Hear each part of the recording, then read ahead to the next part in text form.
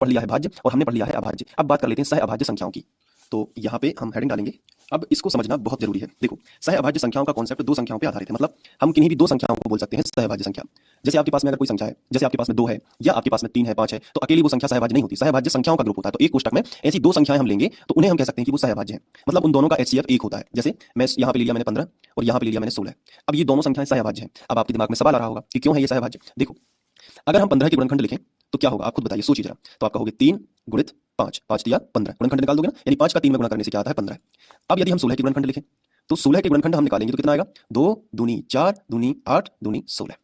अब इन दोनों के गुणनखंड में अगर अच्छे से देखें तो कोई भी चीज कॉमन नहीं निकल रही है। उभयनिष्ठ गुणनखंड नहीं है। यहाँ पे 2 है और यहाँ पे 3 गुणित 5 है। तो इन दोनों में कोई भी ऐसा गुणनखंड नहीं है जो दोनों में हो। अगर यहाँ पे 3 है तो यहाँ पे 3 नहीं है। अगर यहाँ पे 2 है, जैसे 2 के ऊपर हम 4 की घात लिख सकते हैं इस तरीके से, क्योंकि 1 2 3 4 बार है तो 2 के ऊपर कितने की घात हम लिख सकते हैं, 4 की घात। अब समझो कि यहाँ पे 2 है, संख्या 2 है, यहाँ पे संख्या 2 दोनों जगह नहीं है।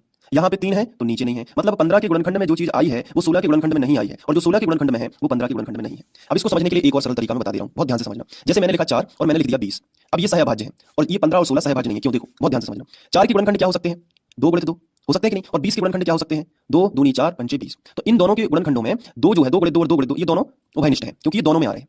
जब उभयनिष्ठ गुणनखंड हमें मिल जाते हैं, ऐसी संख्याएं मिल जाती हैं जो दोनों के गुणनखंडों में हो, तो ऐसी दो संख्याओं को हम सहअभाज्य संख्याएं कहते हैं। यानी सहअभाज्य संख्याएं दो संख्याओं के बीच में बता सकते हैं कि वो सहअभाज्य है या नहीं है। जैसे 15 और 16 की बात करें तो 15 के गुणनखंड 3 गुणित 5 है, लेकिन 16 के गुणनखंड है 2 के ऊपर 4 की घात, यानी 2 गुणित 2 गुणित 2। तो 15 के गुणनखंड में जो संख्याएं आ रही हैं वो 16 के गुणनखंड में नहीं आ रही हैं, और जो 16 के गुणनखंड में आ रही हैं वो 15 के गुणनखंड में नहीं आ रही है। यानी इन दोनों में कोई भी ऐसी संख्या नहीं है जो दोनों में हो। तो हम कह सकते हैं इन दोनों में कोई भी उभयनिष्ठ गुणनखंड नहीं है। जैसा यहाँ पे 4 में 2 गुणित 2 है तो 20 में भी 2 गुणित 2 है, तो ये उभयनिष्ठ गुणनखंड है। यहाँ पे कोई उभयनिष्ठ गुणनखंड नहीं है। तो जिनका कोई भी उभयनिष्ठ गुणनखंड नहीं होता है उनका हम एक मान लेते हैं। क्या मान लेते हैं, एक। तो यहाँ पे भी हम गुणा में कितना लिख सकते हैं, एक। तो कम से कम एक उभयनिष्ठ गुणनखंड जरूर होता है। तो HCF कितना आएगा, एक। मतलब जो भी उभयनिष्ठ में होता है वो HCF कहलाता है। वो अभी आगे चल के आप पढ़ोगे, तो अभी केवल इतना याद रखो, जो ऊपर होता है और जो नीचे होता है, ऊपर का गुणनखंड और नीचे के गुणनखंड सेम जो गुणनखंड होते हैं उन्हें हम क्या कहते हैं, HCF, यानी हाईएस्ट कॉमन फैक्टर। हिंदी में बोलते हैं महत्तम समापवर्तक। तो यहाँ पे बताओ, जब कोई भी संख्या उभयनिष्ठ नहीं निकलती है, जब कोई भी संख्या उभयनिष्ठ नहीं निकलती है तो हम क्या मान लेते हैं कि एक तो होगी। तो जिनका HCF कितना हो, केवल एक हो, उन्हें सहअभाज्य संख्याएं कहते हैं। क्लियर हुआ कि नहीं। तो कुछ भी नहीं है, सहअभाज्य संख्या संख्याओं का ऐसा समूह जिनका HCF एक होता है। तो आपको डेफिनेशन में यही लिखना है कि संख्याओं का ऐसा समूह जिनका HCF कितना होता है, एक होता है। अब कुछ उदाहरण आप लिख लीजिए जिनके उभयनिष्ठ गुणनखंड, जिनमें उभयनिष्ठ गुणनखंड नहीं निकलते हैं, होते ही नहीं है। जैसे 15 और 16 तो मैंने आपको बताया, तो 15 और 16 दोनों ही सहअभाज्य हैं। जैसे मैंने बताया 5 और 9 ये भी क्या है, सहअभाज्य है। जैसे आप देखोगे 17 और 19 ये भी क्या है, सहअभाज्य है। जैसे आप देखोगे 13 और 20 ये भी क्या है, सहअभाज्य। ऐसी ढेर सारी संख्याएं जो है वो आप लिख सकते हो। तो सहअभाज्य संख्याओं से डरना नहीं है, इसमें कोई भी कठिन चीज नहीं है। ऐसी दो संख्याएं दो के अलावा भी हो सकती हैं, लेकिन मिनिमम कितनी होनी चाहिए, 2। तो जैसे मैं आपको यहाँ पे 5 और 9 से थोड़ा और समझा देता हूँ। जैसे 5 बराबर 5 के उभयनिष्ठ गुणनखंड निकालोगे तो 5 को कैसे लिख सकते हो, 5 है ना, और 5 का और गुणनखंड नहीं होता तो 5 कम 5 तो 5 ही आएगा। इसके बाद अगर हम 9 की निकालें तो 9 को हम क्या लिख सकते हैं, 3 गुणित 3, यानी कि 3 के ऊपर 2 की घात भी हम लिख सकते हैं। तो ये देखो 5 के गुणनखंड में 5 आया है और 9 के गुणनखंड में क्या आया है, 3 के ऊपर 2 की घात, यानी संख्या 3 आई है। ये जो संख्या 3 है, अगर ये ऊपर होती तो हम कह सकते थे कि जो उभयनिष्ठ कौन हुआ, 3। तो ये सहअभाज्य नहीं है।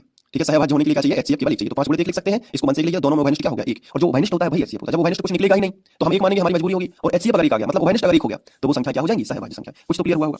अब जैसे यहाँ पे मैं आपका थोड़ा सा टेस्ट लेना चाहता हूँ, आप बताना क्या है। ठीक है, एक संख्या यहाँ पे लिखी है 10 और एक संख्या लिखी है यहाँ पे 24। अब इन दोनों संख्याओं को आपको बताना है कि ये सहअभाज्य है या नहीं। तो आप क्या करोगे, आप सिंपली 10 के गुणनखंड निकाल दोगे। तो ऐसे लिखोगे 2 गुणित 5। क्लियर हुआ कि नहीं, 2 गुणित 5, 10 के गुणनखंड 5 दूनी 10, 5 का 2 में गुणा करोगे 10 आ जाएगा। अब बात करते हैं 24 की। तो 24 के उभयनिष्ठ गुणनखंड कैसे निकालोगे, मैं निकाल के बता देता हूँ। देखो, अभी गुणनखंड निकालना भी आपको सिखाऊंगा नेक्स्ट वीडियो लेक्चर में। तो देखो 2 से भाग करते हैं सबसे पहले। तो 2 एकम 2 और 2 दूनी 4, 12 बार जाएगा। फिर देखो 2 6 12, फिर 2 तिया 6, फिर 3 एकम 3। अब ये जो संख्या आई हुई है इनको गुणा में लिख दो। तो 2 गुणित 2 गुणित 2 गुणित 3। अब आप एक चीज बताओ कि इन दोनों के, ये 10 के गुणनखंड है और ये 24 के गुणनखंड है, इन दोनों में उभयनिष्ठ क्या है। तो आप कहोगे कि सर इन दोनों में देखो 2 यहाँ ऊपर भी आया है और 2 नीचे भी आया है, तो इन दोनों का HCF कितना हो जाएगा, HCF उभयनिष्ठ गुणनखंड है जो, वही HCF है, कितना है, 2। तो अगर HCF कुछ आया है तो ये सहअभाज्य नहीं है, ये तो भाज्य है, क्योंकि ये 10 और 24 के गुणनखंड में कुछ, इन्हें दोनों में ऐसी संख्या है एक जो दोनों में है। और सहअभाज्य कब होती, जब दोनों के गुणनखंड में कुछ भी ऐसा ना होता जो दोनों से मैच कर रहा हो, मैच नहीं करना चाहिए। यानी कि वहां पे हम क्या मान लेते हैं, एक। तो HCF कितना आ जाता, एक। और संख्याओं का ऐसा समूह जिनका HCF एक होता है उन्हें हम क्या कहते हैं, सहअभाज्य संख्या। क्लियर हुआ ना। तो ये था आज का टॉपिक जिसमें हमने पढ़ा भाज्य संख्या क्या होती है, अभाज्य संख्या क्या होती है और सहअभाज्य। आप एक बार इनका स्क्रीनशॉट ले लीजिएगा या वीडियो को पॉज करके अच्छे से नोट कर लीजिएगा। जितना अच्छे से आप लिखोगे उतना बेहतरीन रहेगा। एक एक करके क्रम से मैं सब कुछ पढ़ाने वाला हूं, बस आपको ऐसे ही वीडियोस देखना है और बहुत ही बारीकी से समझना है। तो ये देखिए, अब यहाँ पे आप वीडियो रोक लीजिए और लिख लेना। ठीक है, ये कुछ संख्या है।